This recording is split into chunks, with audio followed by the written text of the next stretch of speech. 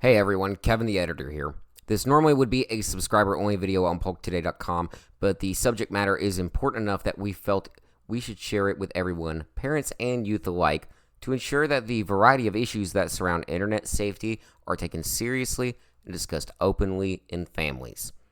Throughout this presentation, which we are joining after Detective Brady goes through his experience in an introduction, we will be including on the screen the link to report cyber tips, as well as find information to help further educate you and your children about internet security and safety.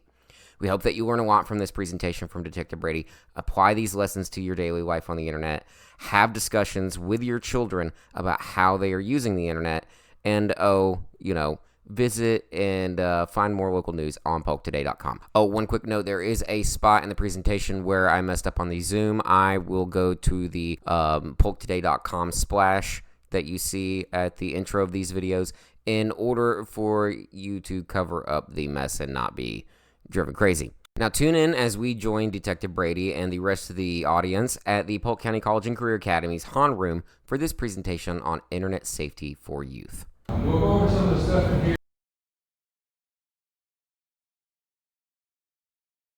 And when this was brought about that it was a need to be taught here in school, obviously we were jumping on board. I think I've talked to Julie about this 1,000 times, but this is something that we definitely need to talk to our parents, not only the parents but also the kids. And we're going to work towards that, I think, going forward. But tonight is all about giving the parents of children some things that you can work on, some things you can talk to your kids at home, just different tools that are out there. Disclaimer, obviously, we're not going to be able to hit everything. We're still learning about different apps every day. I just got a case this past week on an app that I've never heard of. So I've never accessed it, have no idea how it works, so I'm having to teach myself how the app works so I can actually investigate the case. So you're going to run into that. Bear with me, the clicker's not working, so we will have to go old school and I'll have to stand by the podium here. So again, we're going to talk about internet safety for parents, guardians, and communities. This is something we want you guys to be able to take something away from, not only for the kids that you see every day, because both of you guys are administrators or counselors here, but also if you have kids at home. So NetSmarts is a tool that we use and rely on a lot, and they have a lot of great information on this website. The good thing about NetSmart is they actually take their information and they will tweak it for the various ages. So you have your teens, your tweens, high school age.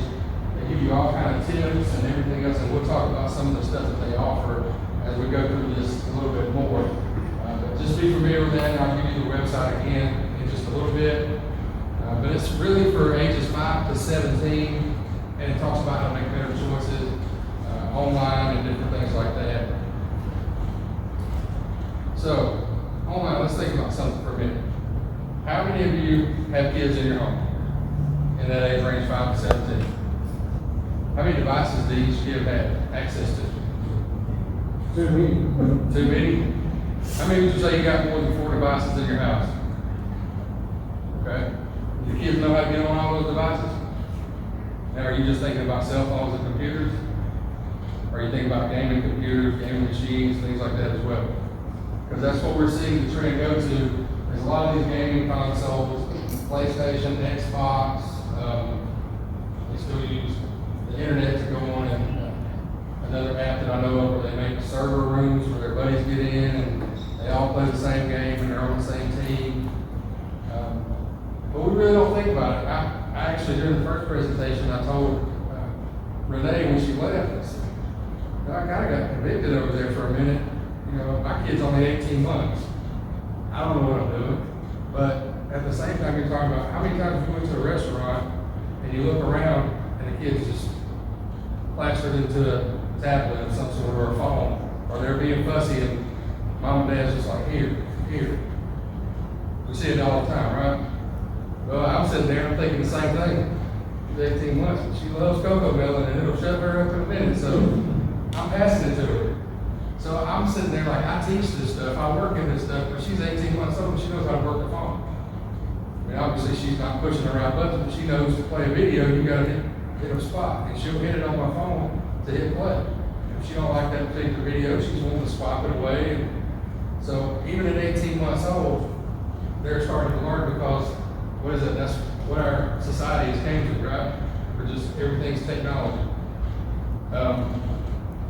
Kids go online from school computers. I'm just how many you got at home, and we know we got 4 or 5 for each kid or person in our house, right?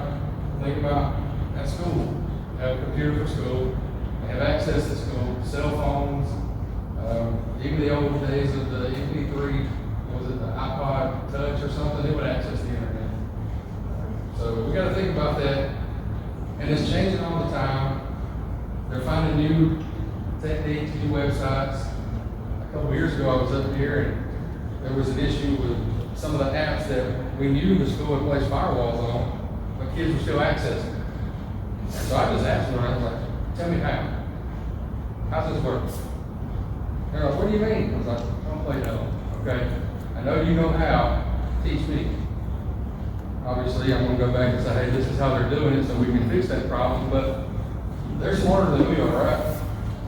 They're way more intelligent when it comes to this kind of stuff than we are.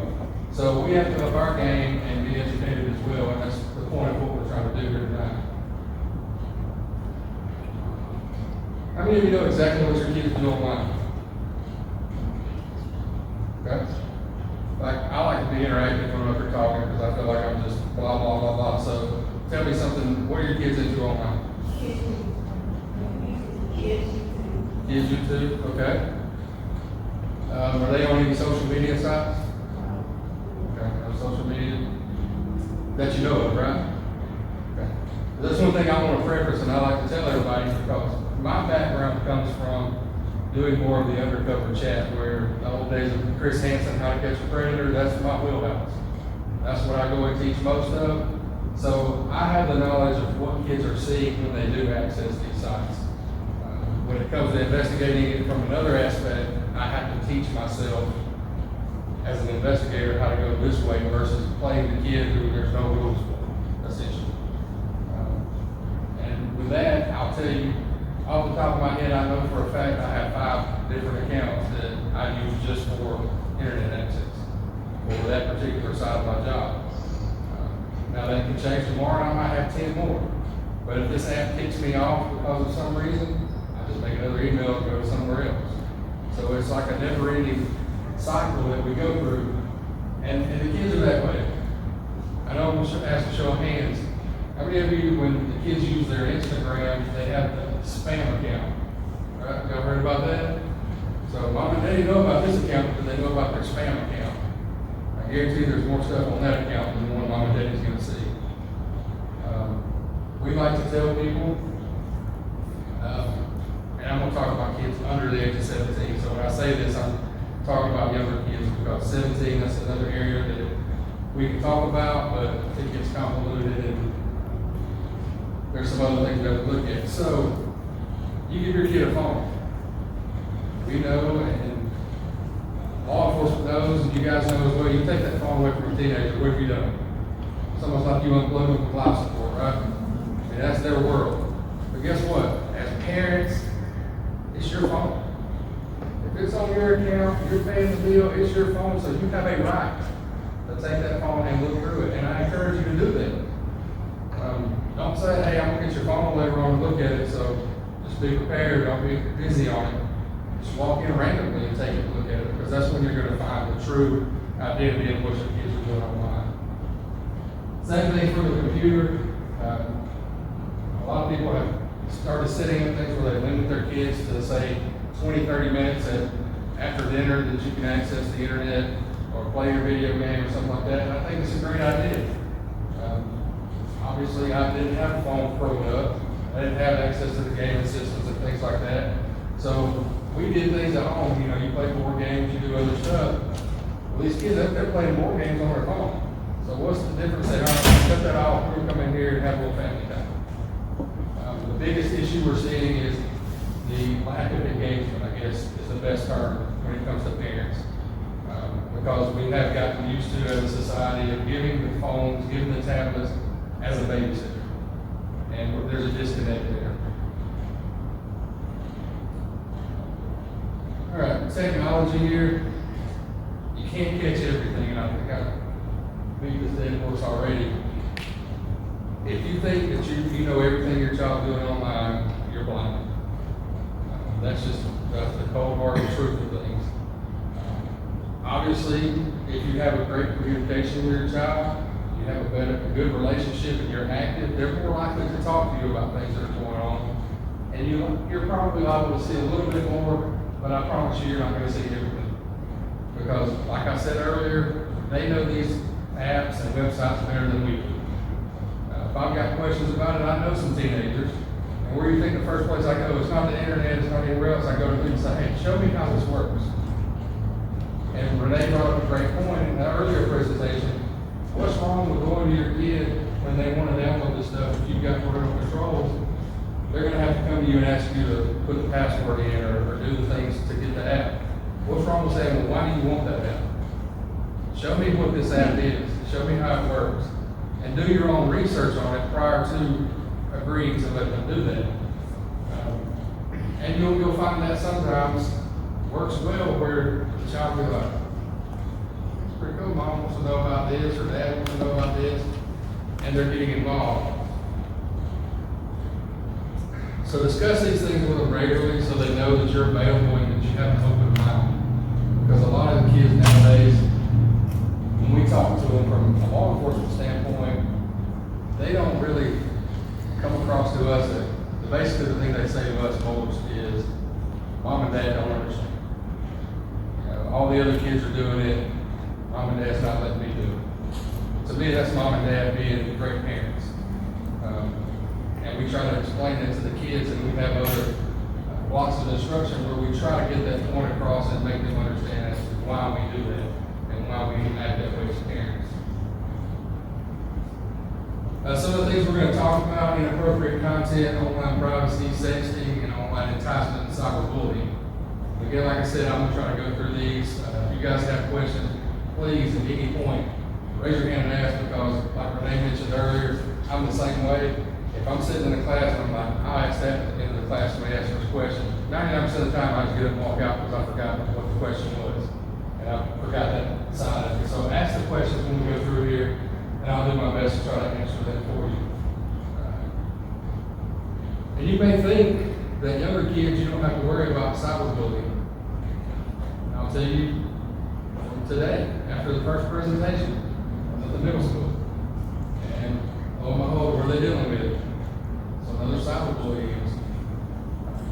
But having the knowledge to know what you're looking for, to know what's happening, to know what's classified as cyberbullying or sexting or something like that, is going to give you another tool in your arsenal to be able to protect these kids. And that's what it's all about. So, every age here is kind of a good chart that they came up with. It gives you what you're going to want to talk to the younger kids about, how you approach it versus the older kids. With your younger kids, you want to talk to them, okay, I'm going to let you get online for a little bit, but this is what we do when we're online. This is what we don't do. So they know that there's a clear line that you don't cross. When you get into your tweens and teens, that's when we need to start talking about this kind of stuff. In my mind, honestly, take it from an investigative point of sex crimes and crimes against children and things like that I'll investigate.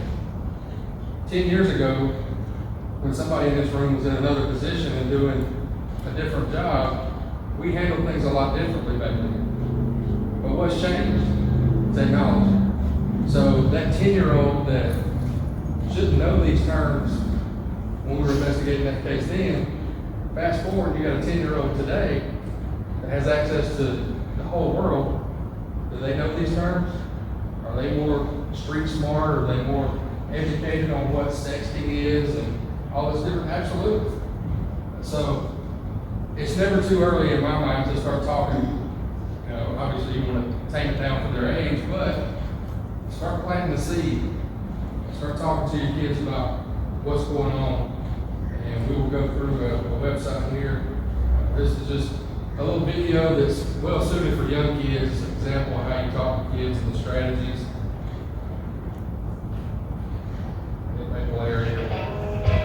Hi everyone! Welcome back! I hope you had as much fun this summer as we did. Nettie and Webster are already back in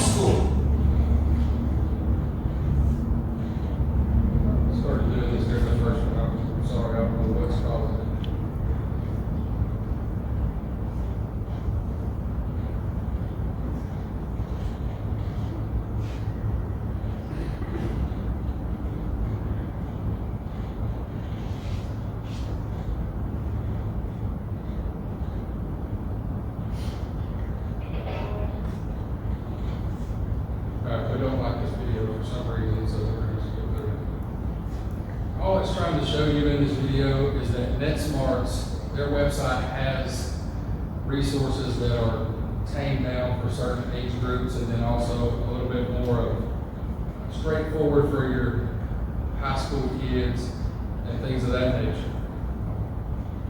They do a great job, and if you didn't know, John Walsh and his family, they have started this campaign, and a lot of the stuff is funding for them. So there's a ton of information. They try to keep it relevant to what's going on at the times. We use it, like I said, more times than I can think when I'm dealing with parents in cases that I work. I'll give them this to say, hey, this is some resources that you can access. I want you to look at it by yourself and pick out what is going on in your household, because I don't know everything that's going on. And if you see something here, this is going to help you start the conversation. It'll help you be able to talk to your child in a way that they'll understand. This slide here is our inappropriate content, pornography, excessive violence, hate speech, risk or illegal behaviors. Obviously, your kids may not be out there looking for porn on their computer, but is the other side of that looking for your kids? Think about how I'm asking that. You're having a conversation with a kid and they know it's wrong, but what are we doing to safeguard them from the people who are actually preying on them? Does that make sense? So that's kind of the other thing to that. Your kids need to know what inappropriate behavior is, what the hate speech is, or any of that kind of stuff. We need to have those conversations with them so they know when somebody approaches them, hey, this isn't right, I need to go tell somebody. This screen name keeps popping up asking me for this, this, and this, and that's not right. Because I can assure you it happens. Now, how as parents are you supposed to respond to your kid coming in and saying this kind of stuff? Or if you're getting ready to have that conversation, how do you respond? What do you do? First off, you want to go at them and look, you're not in trouble, but I feel like there's a conversation that we need to have, and you need to understand what my expectations are. You don't want to go in there and be like, you're not going to do this, or I'm going to take everything you got, and that's the worst thing you can do, in my opinion. So having a conversation with your child, letting them feel like they are part of the conversation versus they are just a recipient of the mom and dad coming down on them, tends to go a lot better. It's not their fault. Somebody sends them something and you check it and you sit, assure them, hey, it's not your fault. Unfortunately, this is the world we live in right now, and there are bad people out there, and it's my job as a parent to protect you. Give them that reassurance. Help them report it. There's some tools in here we're going to talk about with cyber tip reports here in just a few minutes. What should they do? Turn off the screen, use the back button, tell an trusted adult. Most websites now have a little radio button on there for report. We mentioned this in the earlier class, and I'm going to get off the topic just a bit. I think she said around 2008 when she started in the ICAC task force, there was about 4,500 cyber tips. Now this past year, or this year to this day, I can't remember which one, there's like 20,000 that they're having to go through. And what a cyber tip is, for you guys that don't know, every service provider, if something comes up in their attention, they're required, they have to send it off. Say, hey, this is something we found on our site. So say, let's use Facebook, for example, because most of us in the room know what Facebook is. If something inappropriate comes across on Facebook and is reported, they have to report that to the National Center of Missing and Exploited Children. What happens then is once they report that to them, they in turn do their investigation. They say, okay, well, this pops up in Georgia. So now I'm going to send that to GBI, who is the housing agency for the task force. GBI gets it, they start looking around, they doing their searches on it. Okay, it's in Polk County. We look, yep, we got an affiliate in Polk County. Hey, Brady, you've been assigned a case. Actually got one when I was sitting in the parking lot just a few minutes ago. And then I have to go on and log into a secure site, and there's a report. And it'll have all the information that was pulled from the service provider, whether it's Google, Facebook, Snapchat, Instagram, all this information. And usually we'll have an IP address attached that we've already sent off legal compliance to, and that's how we begin our investigation. Now, those are a lot of steps to get to me, right? So how long do you think it takes?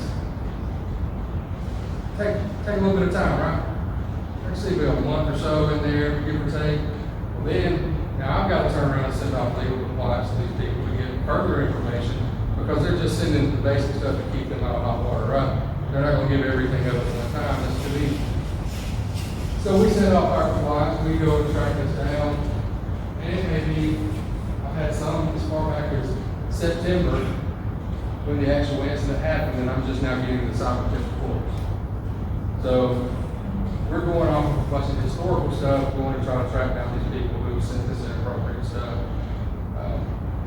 So the cyber tips, they're great. It does get investigated.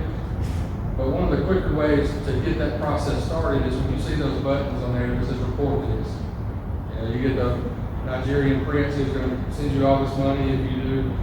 Go to Kroger, get him some Apple Pay cards and send it to him. Just hit report.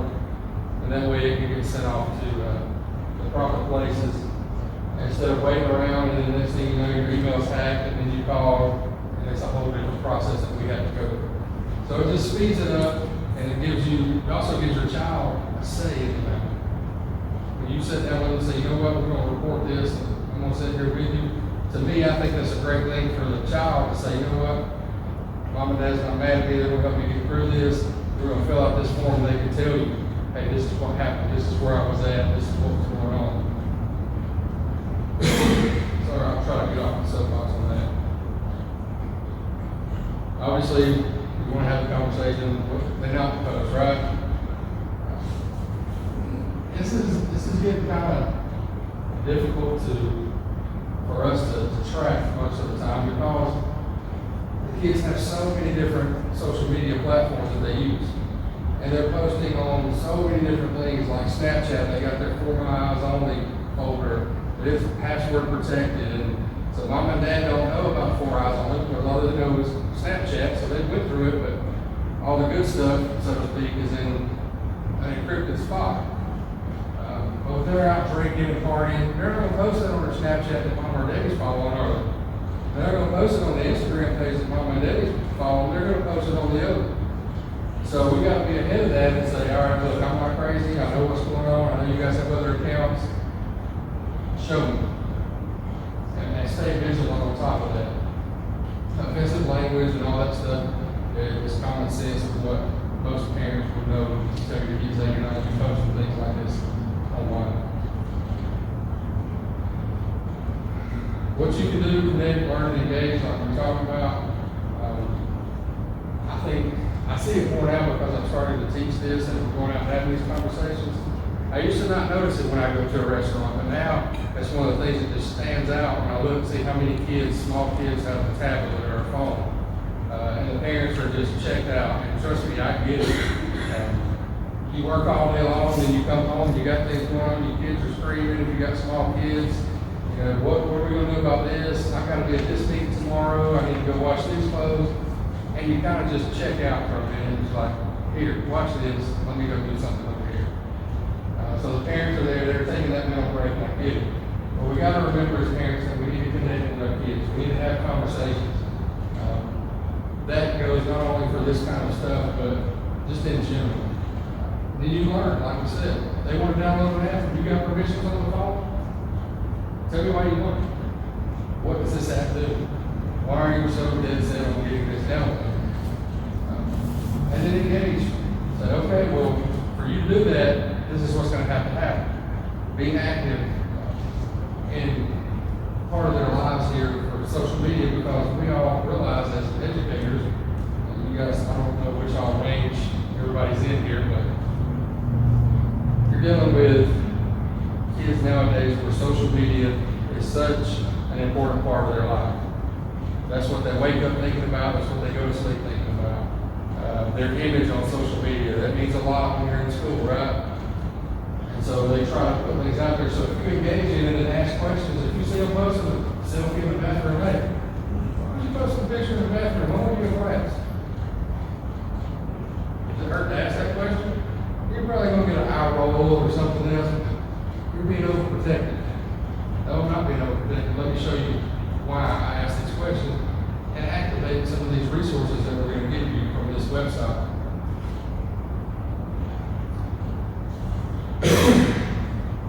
So, what are we sharing online? We used an example earlier today that you may not think about it, but these kids are, say they go in their room and they're gaming, they got their headsets on. I'm going to use that as an example. Every day when they get home from school, they drop their book bags, they go in, move, put their thing on, they're gaming for hours at a time. Do you know who they're gaming with? Is it somebody you know? Or is it somebody that they met through the course of this game? Now, when they're talking, they're in there and they're just chatting back and forth, back and forth, back and forth. If this person has ill intent, what's the best time for them to start asking questions? While they're engaged in something that they have a similarity, right? So they both enjoy this game, something they can talk about. So they start asking questions, and next thing you know, not intentionally, kids talk about, hey, I gotta get off, I got a basketball game in 30 minutes. Oh, you play basketball? I do too. Where you play at? The kid's like, oh, I'm at such and such, such and such. Hey, I'll talk to you later. And they get off. Okay? Bad guys just got a little bit of information, right? Next time they get on, they start talking about some other stuff. Bad guy knows that I can talk basketball with this kid.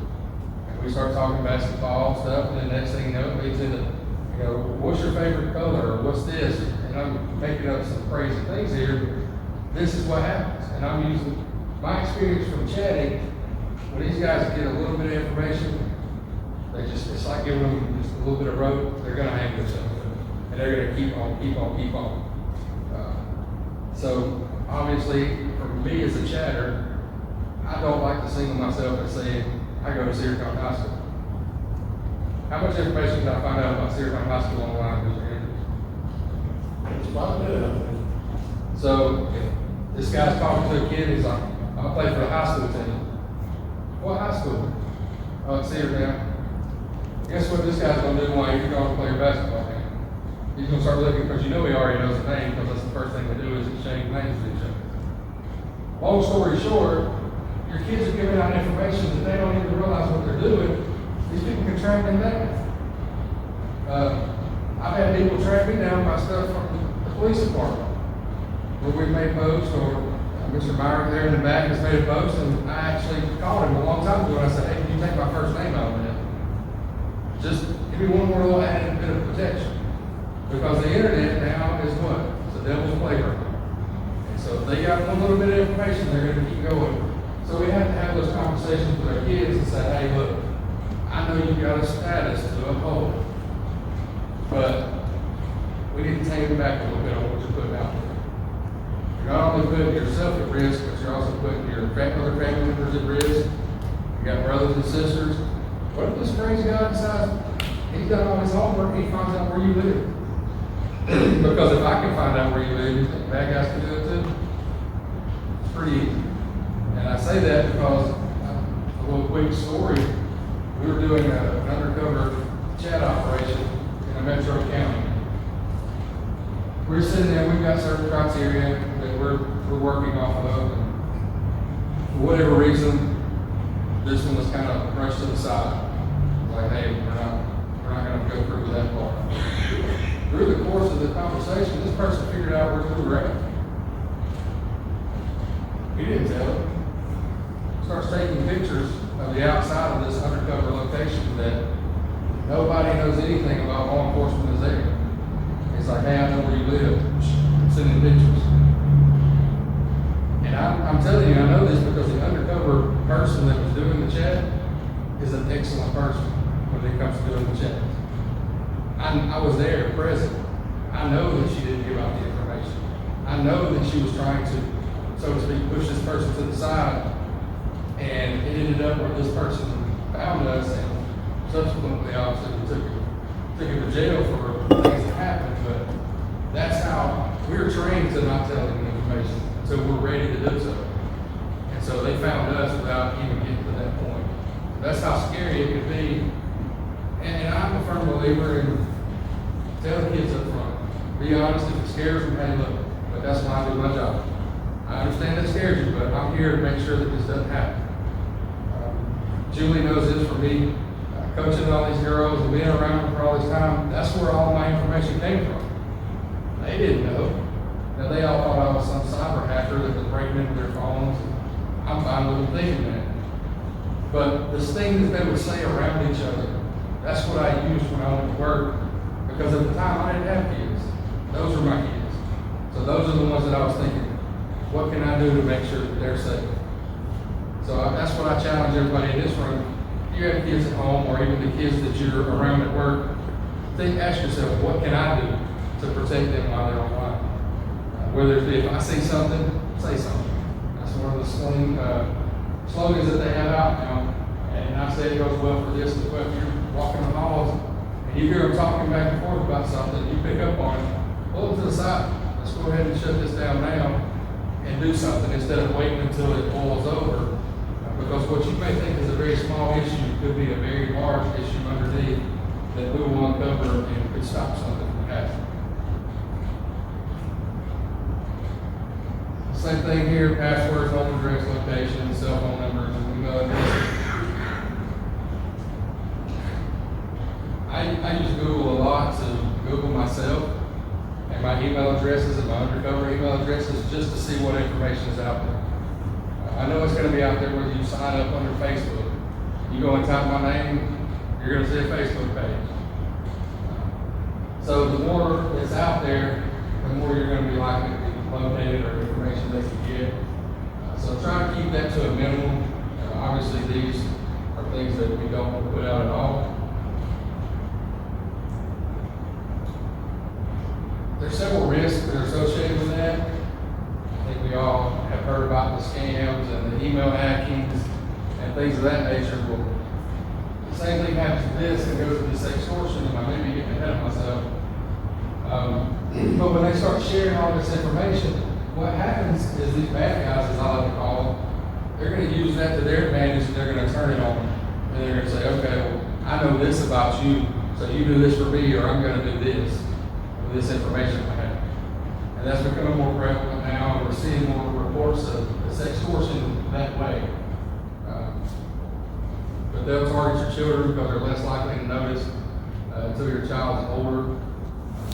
So these things are out there. It's not just something you see in the videos and movies.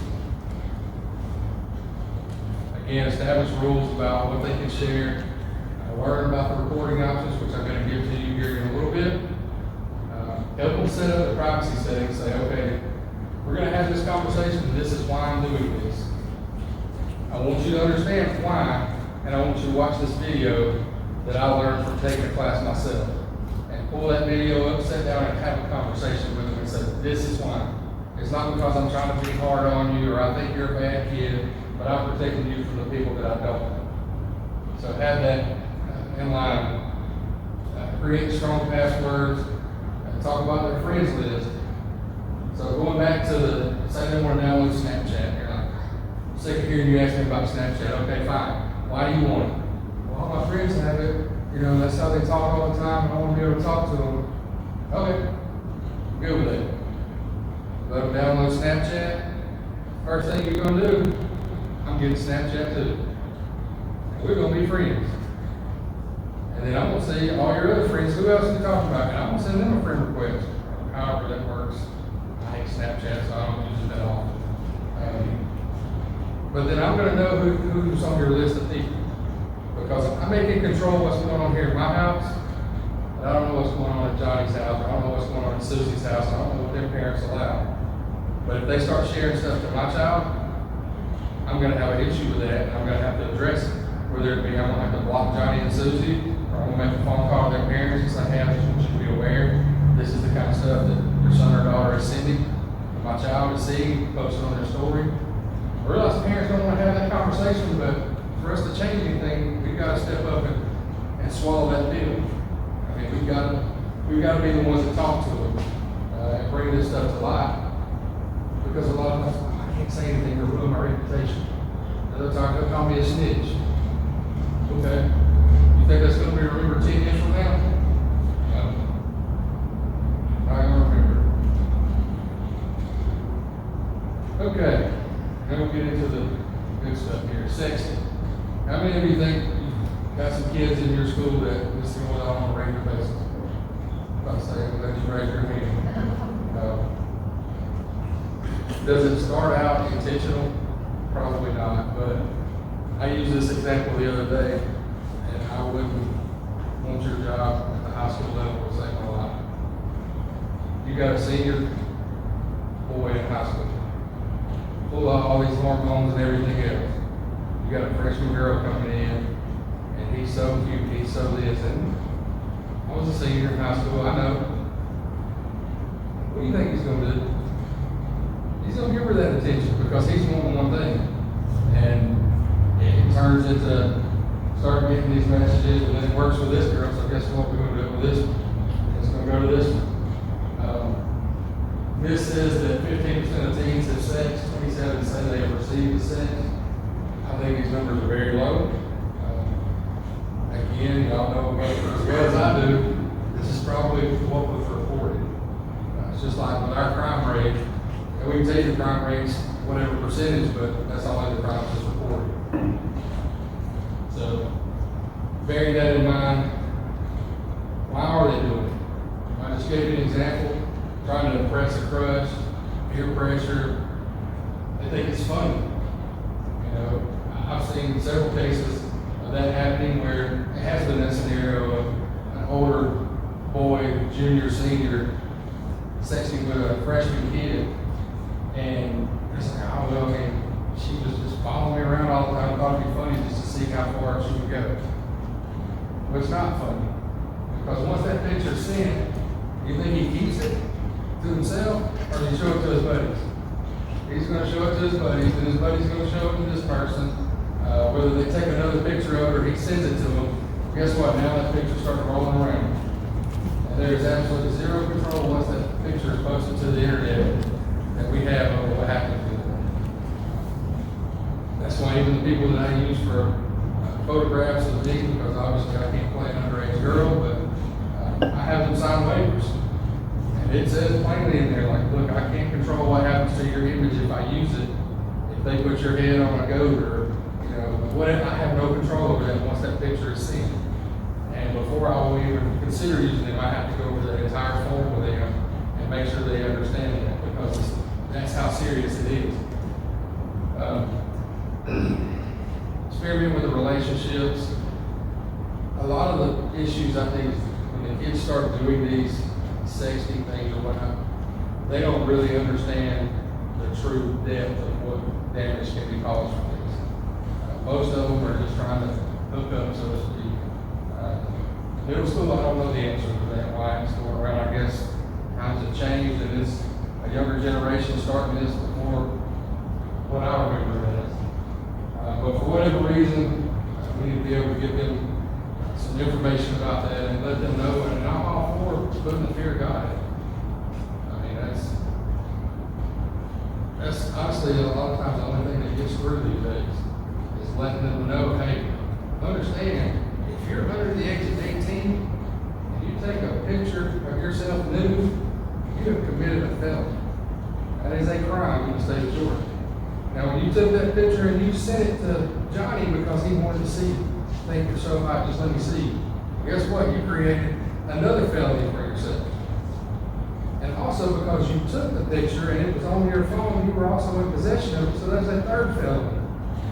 And this is what the consequences are for that felony.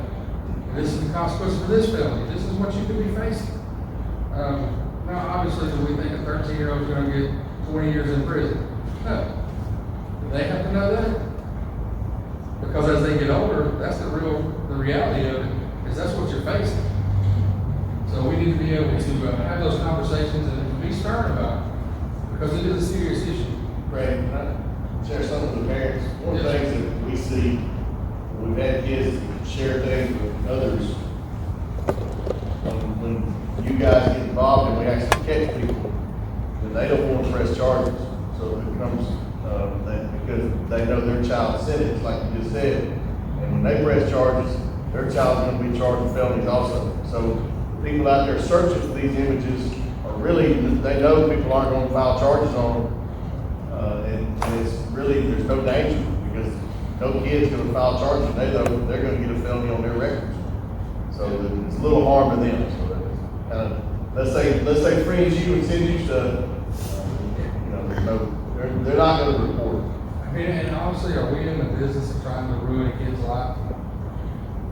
I personally look at it from the standpoint of, can I use this as a teaching moment to keep them from going to jail when they are reaching a little bit over age? Obviously, it's illegal in the state of Georgia by law, but can I save this? Can I save this situation? And as an old gentleman told me one time, our life is like a circle. And we're going to keep going in the circle until something steps in the middle of that circle and changes our path. Am I that person right now standing in the circle saying, all right, we're going to go this way? And we're going to realize that this was a mistake going this route, and we're going to go over here and make better choices. So a lot of times, like you said, parents, you're like, sorry for my kid. My little baby. No. Just forget about it. Sometimes we're able to go that route, sometimes not. But that's a good point you brought up there. Even though your kids usually intend for only one person to see it, like we talked about, this thing takes off like wildfire. Because you know that their buddies are going to see it, they're going to give it to somebody else, and so on and so forth. They brought up a good point. One of the meanest groups is females. Let the female girls get a hold of a picture of somebody that they got beef with. Oh, it's going to be ugly from that point. They are vindictive. Guys are sending it out because they think it's funny. 99% of the time in the cases we investigate, that's what the whole thing, oh, I sent it to him because I thought it was funny. I see what you're saying. But girls, on the other hand, you start digging down a little bit, and they harbor some feelings in there. I got you now. I'm gonna send it out. And although that kid's created a felony, they don't think about that.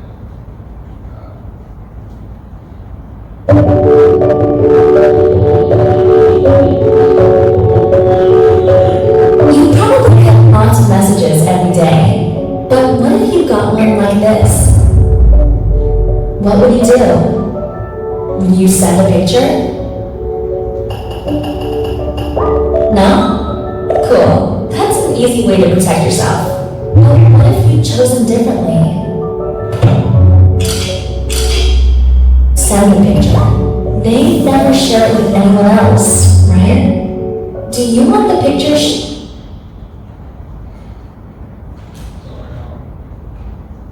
I don't know what's going on with the video portion.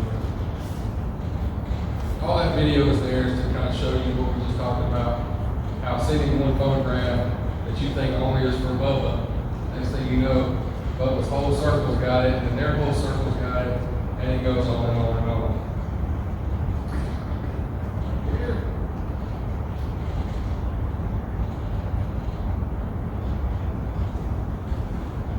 So what are some of the consequences of sexting? Obviously, first thing we think of is law enforcement being involved, but think about the kid whose picture got sent out when all they thought they were doing was sending it to their boyfriend. They were hot and heavy 3 weeks ago, but then they broke up, and now he's got these pictures of her, and he's sending it out because she ticked me off. So now she's humiliated. She's getting bullied by other girls and kids at school, guys bullying him. Using it for blackmail.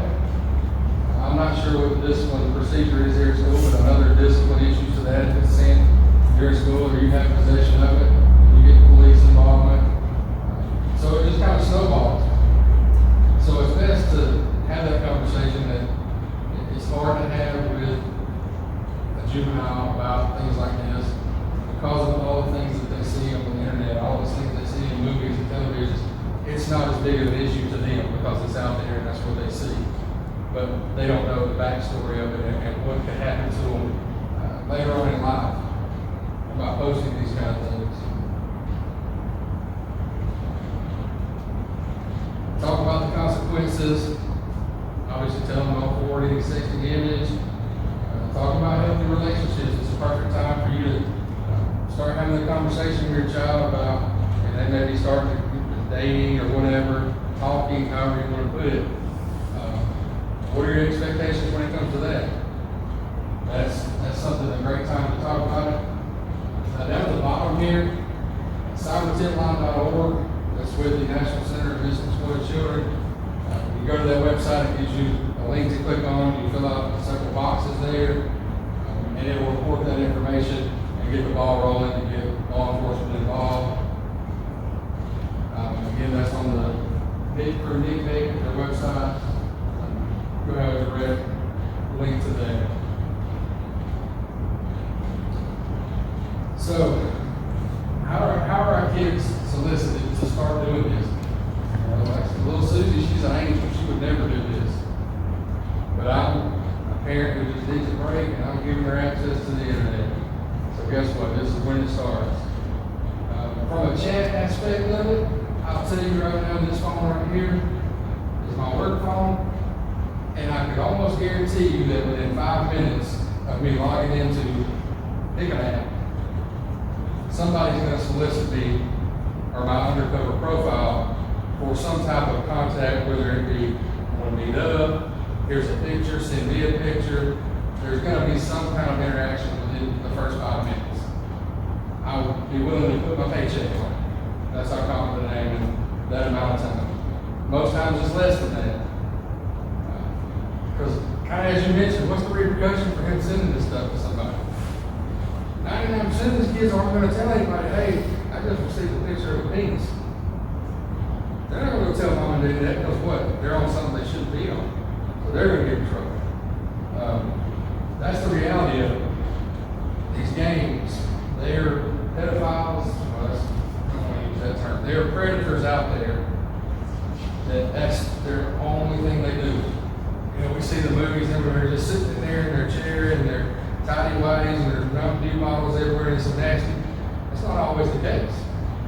There are very intelligent people out here who have an issue or a disease, as I like to call it, where they're preying on our children. So their whole goal in life is to go after those kids. So they're sitting there and they learn about things. They learn these games and they get in there and they play. I think your kid wants that guy who's got this great score on some 4 games that they're playing, and he's got all this arsenal to use inside this game. They want him on their team, right? So he knows that. So while they're in school, he's over here, he's knocking it out, playing all this stuff, and I'm sure he's talking to people, but then when Johnny gets home, he logs in, and they have that conversation, they just start conversating during the game because he may be on another team. And he realizes Johnny's 14. And that's his preferred age. So guess what? I'm going to talk about how great I am, how many arsenal tools I have, and how good I am at this game, and then we're going to become friends. And that's when the grooming process is going to be started. Most of the teens solicited by their peers, meaning, like we're talking about the senior in high school, he's the top dog in Centertown High School. Oh my God, he came by and he talked to me today. They're just, and he sees this because he knows what he's doing. And he's reaching out to this 14-year-old girl, and he's like, I can hear her do anything I want. And that's how this starts. Most of these girls, they're not even bothered by it because that's just kind of the norm these days, right? They know when they get online, they're going to be asked these questions, they're going to be offered this or whatnot. So that's how this starts. Again, we talk about offenders grooming the children by doing certain things.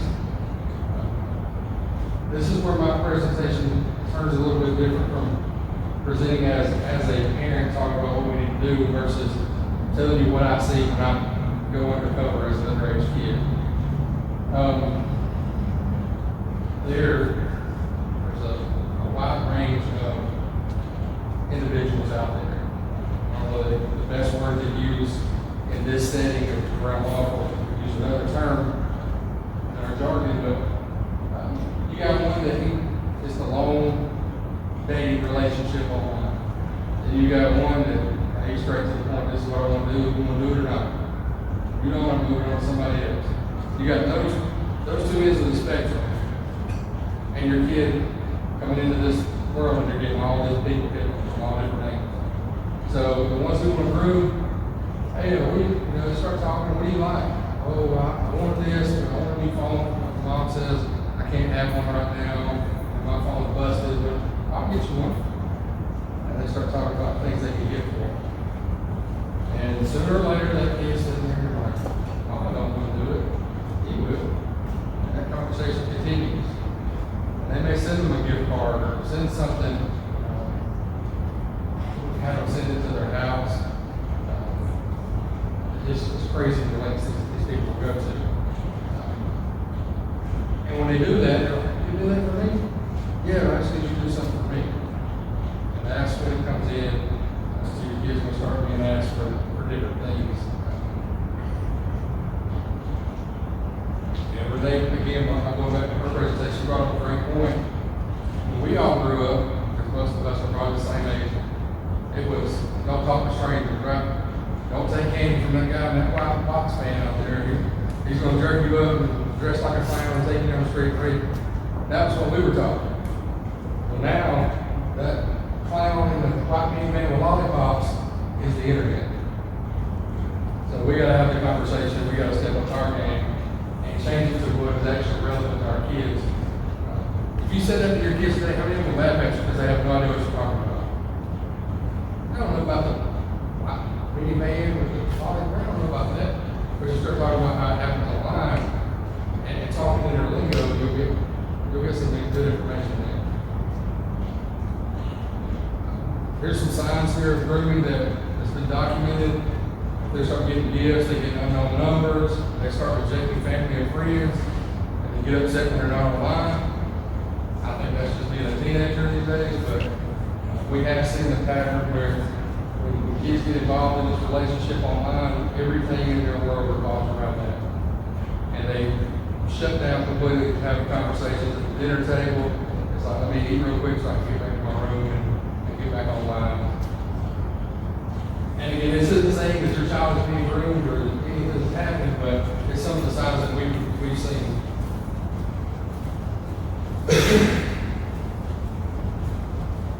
That video will also be on the NetSmart website. So again, have conversations with your child about relationships. Set a policy of being offline for older teens. Know your child's friends. Teach them warning signs. Call the police. Give reports to the cyber tip line if any of these things are happening. Make it clear that if you have a child who's underage, a 22-year-old has no business having a conversation with you. This is how old you are. You got the rest of your life to be 22, 25, 35. Right now we're going to stay in this range. Because we're 14, this is where we need to be. We can have 14-year-old friends. We have 15-year-old friends. 22 is off limits. 17 is off limits. Whatever you feel like is comfortable setting in place. I'm not going to sit here and say there's a certain way, but because I haven't gotten to that stage in my life yet, and Lord knows I'm terrified of it, but have that conversation.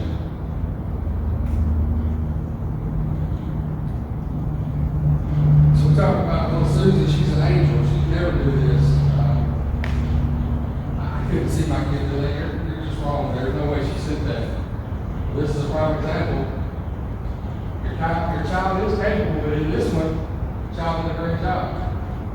They want to trade? Trade. Like moves, I'll go first. Kid says no. Boom. Picture sent anyway. Here he responds. Bye. You're gross. Keep some clothes on. LOL. Now I can tell you from experience, this guy's going to continue to have that conversation because she responded after the image was seen. Hopefully, she doesn't respond anymore, but that's how these things happen. Like I said, within 5 minutes, I promise you, I can sit right here and hold my phone up and you will see it happen. Boom, the pictures come in. They have no cares about sending their private parts. And I don't know what it is about guys. They think that everybody wants to see their stuff. Nobody wants to see it. Like I don't want to see it, but unfortunately, I've seen more than I wanted to. Stop sending it. I just want to shake them sometimes, like, why? So it happens on these sites a lot of times that, boom, that's the first message you get, and it'll be like, what do you think? It goes from there. So what do you report to the cyber tip line? Anybody who's sending their child photos or videos, seeing content, anybody who asks your child to send sexual images, anybody who's feeding your child in a sexual manner, anyone who asks your child to be in person, immediately notify the authorities, make a report. One thing that's happened that hinders us from law enforcement is sometimes parents wait. I don't know why. If you wait, it hinders us from being able to track down that person. Now, we may still be able to do so, but with technology being the way it is, and how fast can you change your email address? You get a new one pretty quick, right? They're on to something else. Change their phone numbers. We all know that there's apps out there that we can text from, right? Have a real phone number. That happens. And so when you delay this in reporting, it's harder for us to track down the person to do that. And it's a hard conversation to have with a parent. Why didn't you catch this person? And I want to look and say, I didn't know in time. I'll work until tomorrow morning if you want me to, if I've got something to follow. But if you don't give me all the tools I need to help you, I can't do my job. So that's why we're trying to present this information. To let you guys know that we're more than happy. It's not something I know any parent wants to have a conversation with the police and say, my kid's done this, or my kid was approached, and she sent an image, or he sent an image. That's a tough conversation to have. I've had those conversations with parents. It's never easy, but I promise you on the backside of it, after we have those conversations, and after we get you the tools and the resources that'll help you get through it, things are going to be better. So call us and let us know, make a report, however it needs to be. Bullying kind of ties in with the same thing we were talking about earlier. They use the images and things like that.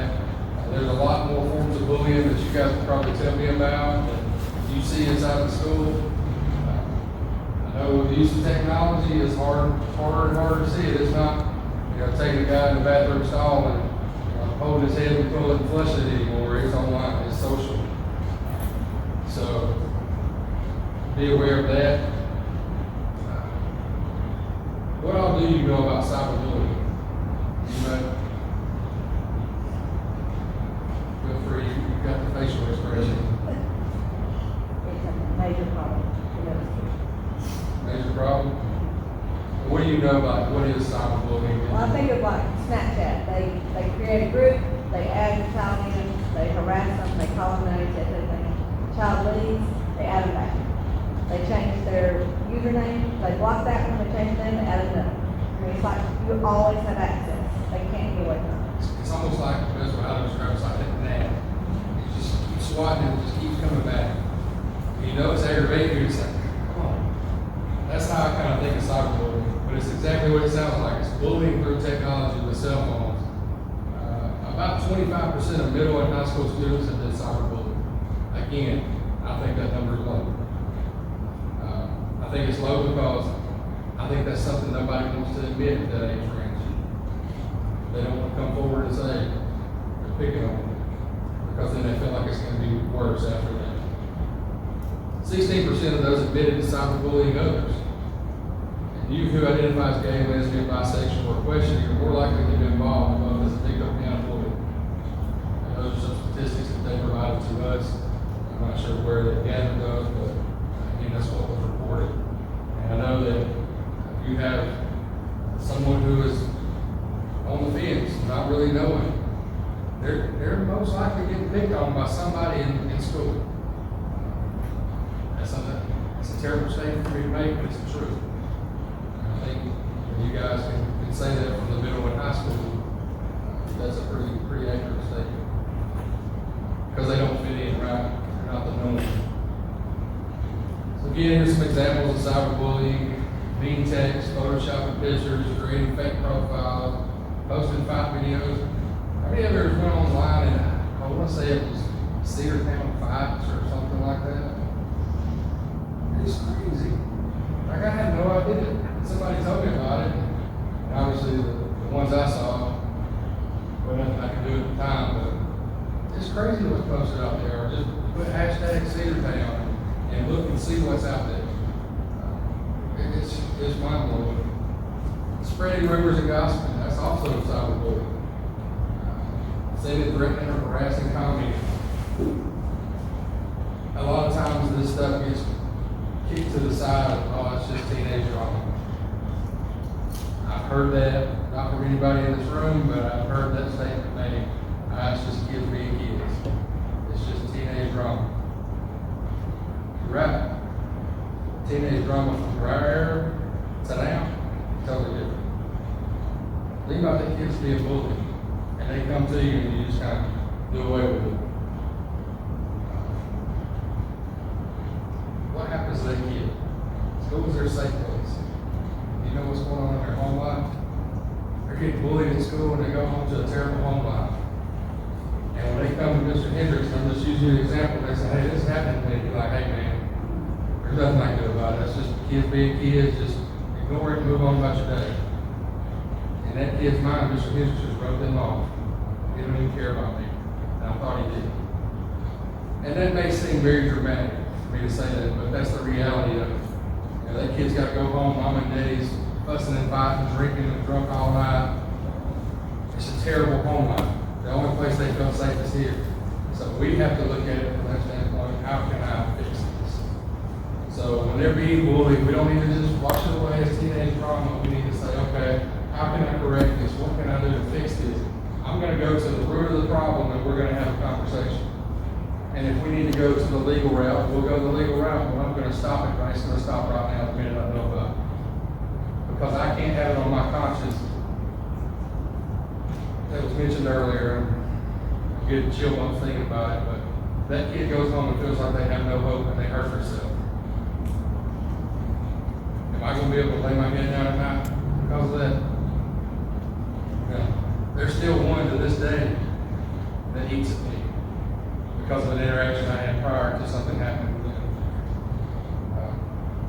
Would I do it different? I don't know.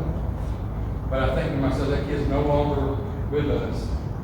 And I may have missed an opportunity to reach my hand out and say, hey, I'll help you. But I didn't know then what I know now. So that's why it's very important for us to get educated on how we can handle these situations. And I keep saying that over and over again, I don't want to sound like a broken record, but that is the biggest key to this, is we have to take the steps to educate ourselves on what's going on in these kids' lives with technology.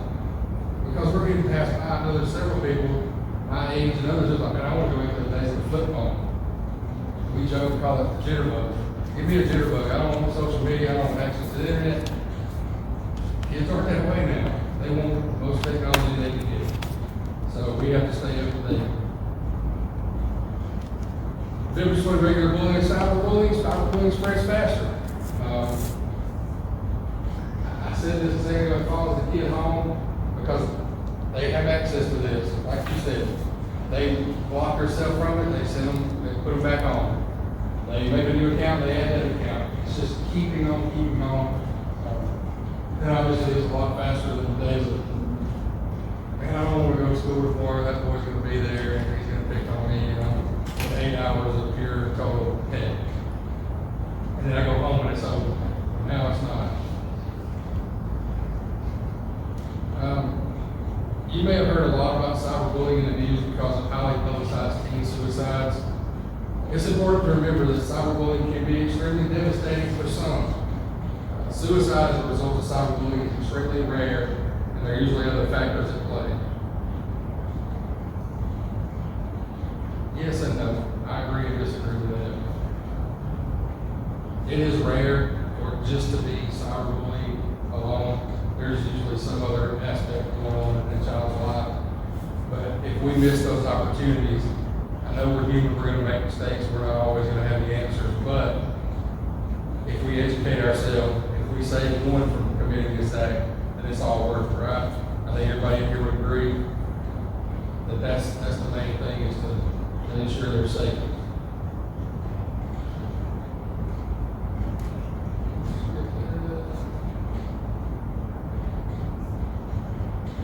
It's kind of redundant, same thing. You see somebody cyberbullying victim that may stop using their phone, act nervous, if the phone goes off and make a face, it might be an indication that something's happening, they're getting some messages that they're not really wanting to get. Seem uneasy going to school, withdrawal from friends. You notice some kids that, and I've seen this, you got one group, they've been together for years, and then next thing you know, they're kind of busted up. But then one of them starts acting a little different, and the rest of them are still tight as can be, but that one kid is kind of outcast. There's usually some stuff going on inside of that group that we can start asking questions about. And I know you guys, you have to present an education to these kids, you have to give them all the tools. But at the same time, you can't, how many students are here at Sarah High School? 1,450-ish. You see all 1,450 every day? Try to see as many as I can, but no. It's not possible. So I get that from that standpoint, but we've got to make an effort to kind of keep a check on that, because you guys know more about our kids than most of the parents do, because you see them for a longer period of time during the day. So if you see a little jockey who's always running down the hall, throwing paper balls or whatever, and this day he's just kind of moping, take 5 seconds, hey man, what's going on? I notice something's different. The hardest thing for adults to do is to start a conversation with a kid. And I don't understand, because all they want is attention. Right? They want somebody to think and give them that thought that they're the most important thing right there. And that's what we've got to do, and we have to do it as law enforcement officers as well. So keep that in mind. Support your kids, save the evidence, block them, set up new accounts, talk to the school, report to the cyber tip line. Again, you're not going to catch it all, but when you do catch some, go forward. Some of the behaviors that they noted of cyberbullying, again, this isn't saying that this person is a bully. They may be a total different aspect of some wrong things on the internet, but they shut their screen down, they use computers at all hours, voice discussion on what they're doing. So Renee brought up a great point. She said that she was going to be one of those parents that my kids not get the phone while they're driving. And she said, I believe her child's 9 now. She was like, at 8, she got a phone. She said, but that phone comes to the bedroom at night, to my bedroom, and it charges beside my nightstand. I got all the restrictions on there and all the things that, to be a vigilant parent to try to protect her child. She has all that stuff. So having those rules in mind, when the kids go to bed, hey, 9:30, you bring it to them, or I'm gonna come get it. And set that so they're not up at 2, 3 in the morning playing whatever game or whatnot, talking trash about people. We'll beat this horse right here. Make sure your kid understands being a bystander. They're just as responsible for what they see, just because it wasn't sent to them and they might have just been standing there and they heard them talk about it. They still have an obligation to go report it. So tech options, I get this question, can you count times a week? People ask me, what kind of options are there out there for me? What do I need to put on my phone? What kind of spyware? I don't know, there's thousands of them. Research it and what's working best for your situation. We talked about Life 360 because that's one most everybody knows about. I love Life 360. Only because I don't have to call and have a conversation saying, hey, where are you at? This is going to look like she's at her grandmother's house. I'm not going to call her. Hey, she's going to the store or whatever. I don't have to have that conversation because I have to stay on the phone all day at work. So when I get home, if I'm on the phone, I'm watching some mindless nonsense to take my mind off of everything that's going on in the world, because I promise you, what I've looked at all day, I'm just tired. And I've gotten those phone calls when I'm off, and I think somebody can raise their hand and attest that when you call me after I'm off, I don't know nothing. I'm checked out, I'm gone. So I can't tell you what tech options. I talk to your cell phone providers. I talk to other parents. Do your own research, look it up. There's thousands of resources available for that. And choose what works best for you. But the most important thing is choose something. do something. Don't just say, well, I don't know about that. I'm not tech savvy. Well, you're going to need to get tech savvy in this day and age to help solve this problem with our children.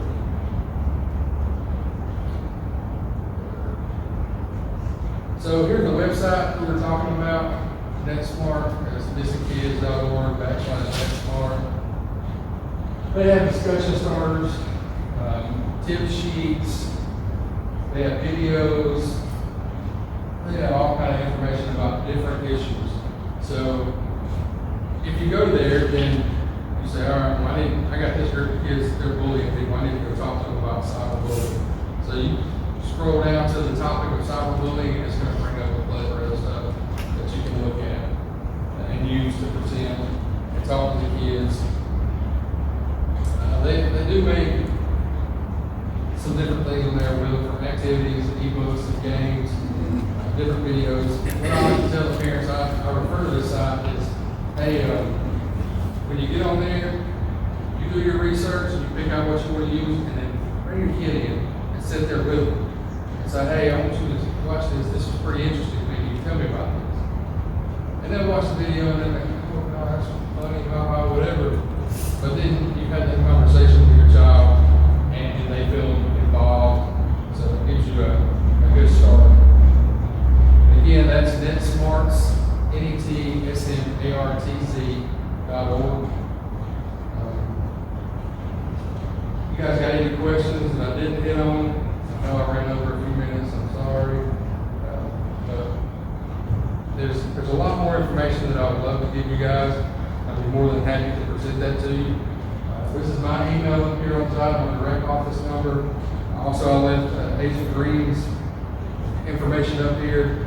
We both work tirelessly to try to get this information out to people. Anybody that wants it, we're going to tell it to them. So please feel free to reach out to us if you've got questions that you run across during the day that, hey, I really don't know about this. I'm at work. You leave a voicemail or you send an email, it's coming to my phone no matter where I'm at. And I will respond. And if I don't know, I'll go try to find it out for you. But I do appreciate y'all taking the time to come out here tonight and spend it to try to get a little bit of education on how we can protect our kids. Thank y'all.